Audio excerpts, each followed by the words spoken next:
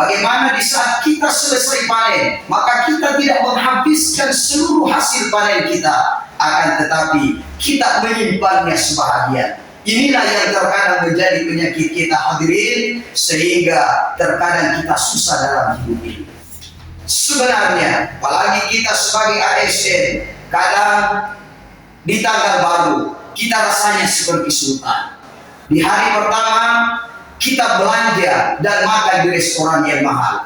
Hari kedua kita minum kopi dengan kopi yang mahal. Hari ketiga kita sibuk belanja online. Tanggal 15 sudah mulai buka pinjaman online. Sehingga di akhir bulan kita selalu berdoa kepada Allah, ya Allah, berikan saya kesempatan, berikan saya kesabaran agar saya mampu melewati bulan ini. Sehingga terkadang habis bulan terbitlah hutang.